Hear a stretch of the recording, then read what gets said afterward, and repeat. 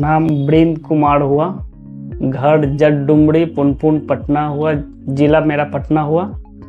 और मेरा पैर में चलने में प्रॉब्लम होता था, जैसे इस पर वजन दिए और इस सीढ़ी उड़ी चढ़ते उड़ते थे तो वो हमको ऐसा लगता था कि मेरा पैर खचक रहा।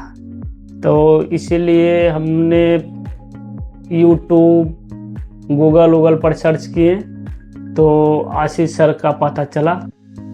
तो इसमें आए, आशीष सर से मिले, उसके बाद देखे, बोले कि सर इसमें सर्जरी होगा। सर्जरी भी बहुत बढ़िया गया, सक्सेसफुल हो गया।